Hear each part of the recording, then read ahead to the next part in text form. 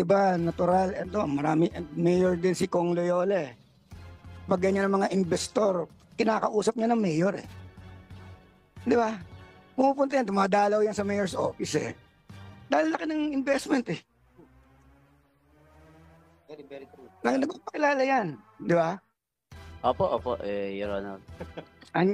Or yung mayor daw napunta doon, sabi ni Kong ako. Hindi, meron ko balita. Dahil dyan sa Congressman Perez.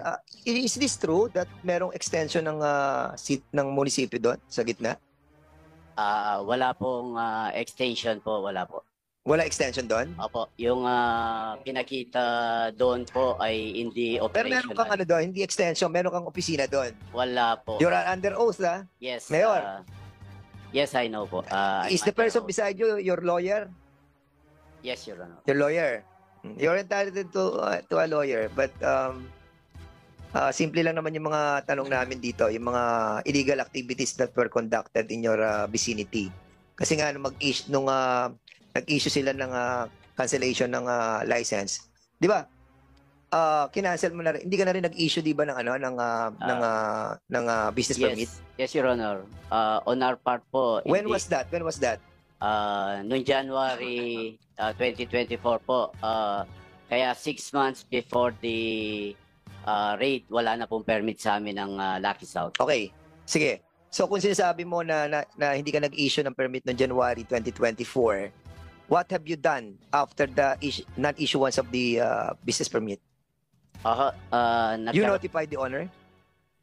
Yes, Your Honor. Where's the letter that you notified them? Can you kindly give it to me right now? The notification. We'll provide you. Have you told them about wait, Mayor, you listen. Have you told them about the violation that they have committed? Yes, Your Honor. Through what? Letter or verbal? Lawyer, please. Please stop whispering. Okay? Go ahead. Through our letter, Your Honor. Where's the letter? We'll provide. Can you provide it right now? Then after explaining your intention to close the premises, they have replied on your expression of your violation. Am I right? They write a letter to us. Okay. Anong sagot nila doon anong violation ang sinabi mo sa kanila? Because of violation of dun sa occupancy, sa negative sa fire po. And Yun ang minention mo na reason for the violation of the business permit, not the reason that was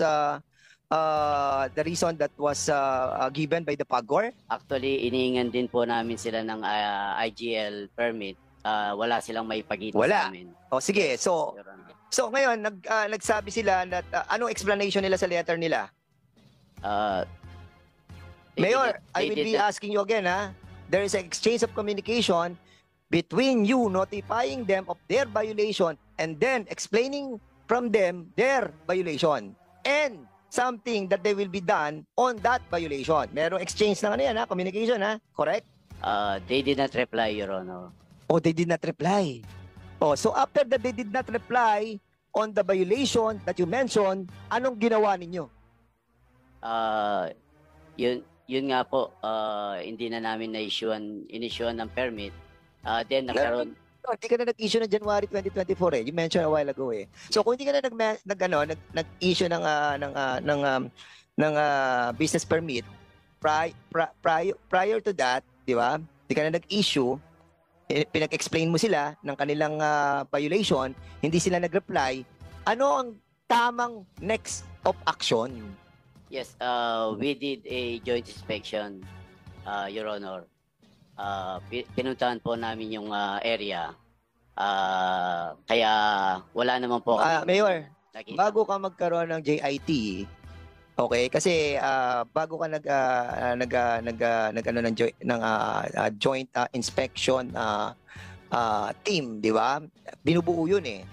Kaya ka nga sumulat sa kanya, sabi mo kanina, di ba? Sumulat ka ng notice of violation, di ba? Yes. Kasi nakabuo ka na ng JIT. After nung nabuo mo yung JIT, Doon, nag-issue ka na ng notice of violation. Tapos, ang susunod na step, sasagot siya. Kasi bibigyan mo siya ng oras para sagutin kung ano yung violation eh.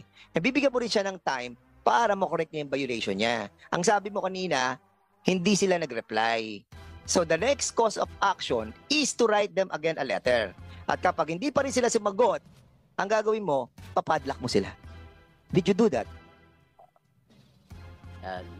Hindi. Did you do that? Hindi na po. Bakit mo hindi ginawa? Kasi ako, meron ako pinapadlock sa amin eh. I did all the requirements according to our local government code. Sinunod ko yun, ninotify ko sila, nag-explain sila, inisnab ang mga letter ko. Alam mo ginawa ko? Nag-coordinate ako sa PNP, lahat pinadlock namin. BPLO, kasama BPLO, pinadlock namin. Yun ang cause of action ng mayor na dapat na ginawa. Ang tanong, ginawa mo? Ang sagot mo, hindi. Yes, Your Honor. Bakit? Actually, nung joint inspection team namin, wala naman po kami nakita na Yun nga, sinasabi nga ng PAGCOR, di na sila nag-issue ng IGL eh. Oh, tapos sabi mo may problema sa occupancy permit. Hindi ka na rin nag-issue ng ng tinatawag mong business permit. So meaning may violation.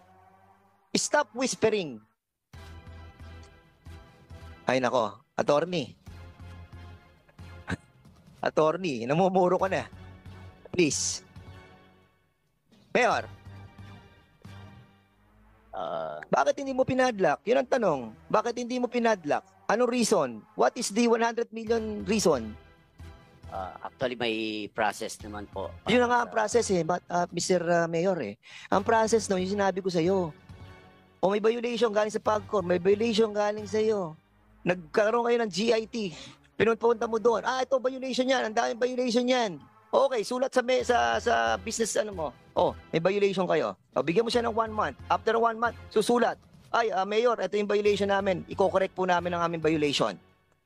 Wala silang sulat sa'yo. Kasi siguro very close kayo. Kasi hindi ka ni-reply yan eh. Pero mo, Mayor ka, hindi ka sasagutin. Hindi sasagot sa'yo yung mga business establishment doon na sinasabi mo may violation ka? Ano sagot sa'yo? Wala, inisnab ka. Ngayon, ang gagawin mo, susulat ka uli, inisnab ka eh. After a month, binigyan mo isang buwan, hindi pa rin sumagot, padlock mo. Ang totoo po, yun sana ang magiging course of action namin. Hindi na po kami umabot doon. Nagkaroon na po ng raid, Mayor, Your Honor. Mayor kami. Naintindihan namin yung explanation mo. Naintindihan namin yan. January, di ba? Ngayon, di ba? Hindi ka na nag-issue ng January eh. Kailan yung operation? Kailan yung operation? June. 6 months wala kang ginawa. Hindi mo pinadlock man lang kahit yung sinasabi nila Altenco na ito yung isang building na doon na nag-ooperate ang IGL. Pinadlock mo yun para hindi na nakapasok yung mga empleyado na magtatrabaho doon sa IGL. Di ba ganun ang procedure eh? Tama mali? Tama mali? Yes, Your Honor. See? So, reminder, no? Hindi ko alam, pero you have violated your being the LCE. Di ba? Ako, ako dyan, critical ako sa ganyan nung ako naging mayor. Lalo na nung may pinadlock ako doon. Kasi you will be accused also of being one-sided. Pero I see to it that binibigyan ko sila ng 1 buwan na mag-reply. Pag hindi, 3 beses ako sumulat. 3 beses ako sumulat, hindi nila ako ni-replyan. Pinadlock ko. Anyway, the different mayors have also the Intel Fund. Andito si Mayor, anong pangalan ni Mayor? Kapil. We will be asking Mayor Kapil. Mayor Kapil, with the indulgence of Congresswoman Pancho, meron kayong mga tinatawag na Intel Fund. Di ba? Siyempre, yung intelligence fund natin, ginagamit natin yan sa pag-monitor ng ating buong bayan. Magkano yung Intel Fund ng PORAC? Sa amin po sa LGU ng PORAC, wala po kaming nakalat na Intel funds po. Anong wala, Mayor? Meron ka intelligence fund. Yes. Mr. Intelligence fund mo? Mr. Chairman, wala po kaming nakalat sa LGU. No, I mean, how much is your intelligence fund? Yes, What Mr. is that Chairman. fund? We can provide you our yearly budget na wala po kaming Intel We are funds. investigating this matter, no, and all the different LGUs, meron tayong ginagamit na Intel Fund, and these are being liquidated as well somehow, no, di ba? Oo, meron yung tinatawag na,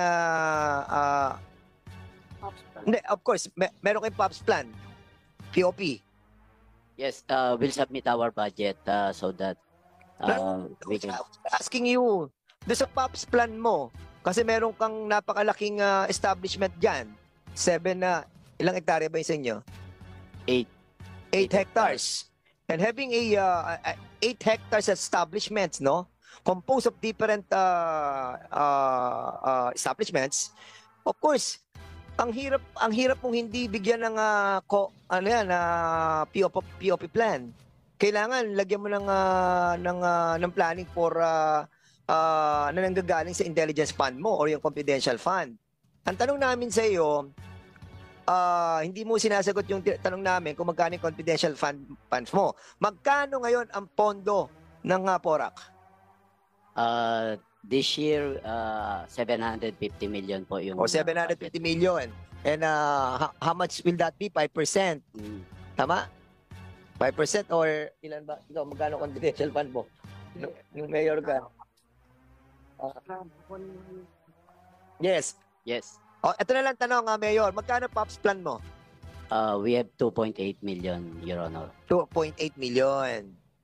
Okay, so ito lang ang Intel Fund. Okay, so doon sa Intel Fund that you have, no, medyo meron kang report regarding doon sa nangyayaring illegal activities doon sa loob ng ng compound? Your Honor, before I answer your question, can I, with your indulgence, can I read first my opening statement? Your Mayor, ano lang naman, simple lang naman yung tanong namin. We will not, medyo marami pa po tayong pag-uusapan. Actually, we're not focusing on the PORAC issue, but kapag may mga napag-uusapan lang na some issue that relates to the city mayors or mayors, tatanong lang namin yung natin, no? So, Yes, yun lang naman gusto naming malaman kung kasi being a mayor myself, and my co-chair, syempre kami kapag may mga malalaking mga establishment, doon namin pinopokus yung aming yung aming plano lalo na kapag yung mga intel work na ibinibigay namin sa kapulisan, minimiting ko yung mga pulis, o sige, o yung intel fund natin, dito ka mag-focus kasi establishment to, malaki to, New Valley to. Kailangan dito protektado natin yung mga business interest natin. So ikaw ganun ka din kasi nga nag-establish ka ng 8 hektarya na ganun kalaki yung negosyo na nilalagay mo doon. You have to protect that. So ano yung intel or plano na ginawa mo para maproteksyonan mo yung interest ng gobyerno at noong establishment? from the we have 200,000 confidential funds, Your Honor. What again? What again? 200,000 confidential funds. Okay. O, doon sa 200,000 intelligence fund that na confidential fund na ginamit mo, so were you able to gather information about the entry and the exit of those different foreigners entering the establishment? Kasi sa 200,000, kung ilalagay mo mga CCTV, makikita mo na yan. Kung sino-sino mga pasok. Bakit marami pumapasok dito ng mga iba't ibang mga di ba? So, were you able to do that? Actually, we rely on the PNP, Your Honor, with regards to their You rely with intelligence. ng PNP. Yes, Your Honor. Basically kasi General Leo Francisco, no, the PNP also rely with the LGU because of the meager budget. That's reality. That's the reality. Richard Gomez is a former mayor. My friend is a former mayor. I am a former mayor. And you are the former mayor. Nagre-rely tayo sa PNP. Mayor Kapil. Yes. Hindi tayo, actually tayo pa nga nagbibigay sa kanila Di ba? Kasi yung intel work ng ating mga PNP talagang yung meager budget that they have. Di ba? You know that. You are a mayor. Yes, Your Honor. Di ba? Opo. Anyway, balikan po tayo sa That's all, Mr. Chair. Opo. are you done, Opo. Congressman Pancho? So we'll be proceeding to the next interpellator. Oh, sige, Co-Chair. Mayor, Usually aware tayo pag malalaki investment eh. Marami ba malalaking investment sa bayan mo? Meron din po ang Ayala nasa amin po sa Porac. Ang alin po? Ang Ayala. Ayala. Robinson na rin po. Oh, di ba pag nagpatayo sila, pinai-inspect nyo. Yes, Your Honor. Kailangan ng clearance sa inyo, kailangan ng permit sa inyo. Opo, Your Honor. Then, pag natapos, papapasukin mo yung assessor Yes, Your Honor. para i-assess kung magkano ang kukubrahin nyo every year para kasi ma-assess yung mga buildings na itatayo eh. Yes, Your Honor. Di ba? So, magre-report yan. Hindi pwedeng walang report yan. Kaya alam natin, ang sabi kanina, ayon sa pagkakaintindi ko, pakitama ako kung mali. Nagbigay ng license ang PAGCOR. It just so happen na itinayo sa ibang lugar. Hindi doon sa lugar na naka-indicate doon sa license na binigay ng PAGCOR. Doon daw itinayo yung 8-hectare hub. Am I correct? As far as we know, Your Honor, the whole 8 hectares po yung kasama po sa license nila na ibinigay sa... Sabi po kasi sa ibang lugar tinayo eh. Kaya hindi nga na-monitor. Akala nila all the while na andun sila doon sa original location na application nila na indicated sa license. Hindi po kasi indicated sa license yung area kung saan nag-ooperate po yung Pogo po. Wala pala kayong idea kung saan sila magtatayo. We have a copy here of the license. Your Kasi ini-establish ko lang kung sino talaga ang mas mali, anong ahensya o anong ng gobyerno eh. Opo, wala pong site specific kasi kahit yun sa license, Your Honor. Sa rules mismo po, walang nakalagay po doon. I see. Thank you. Yes, bago ko lang ibalik. Yes, PAGCOR.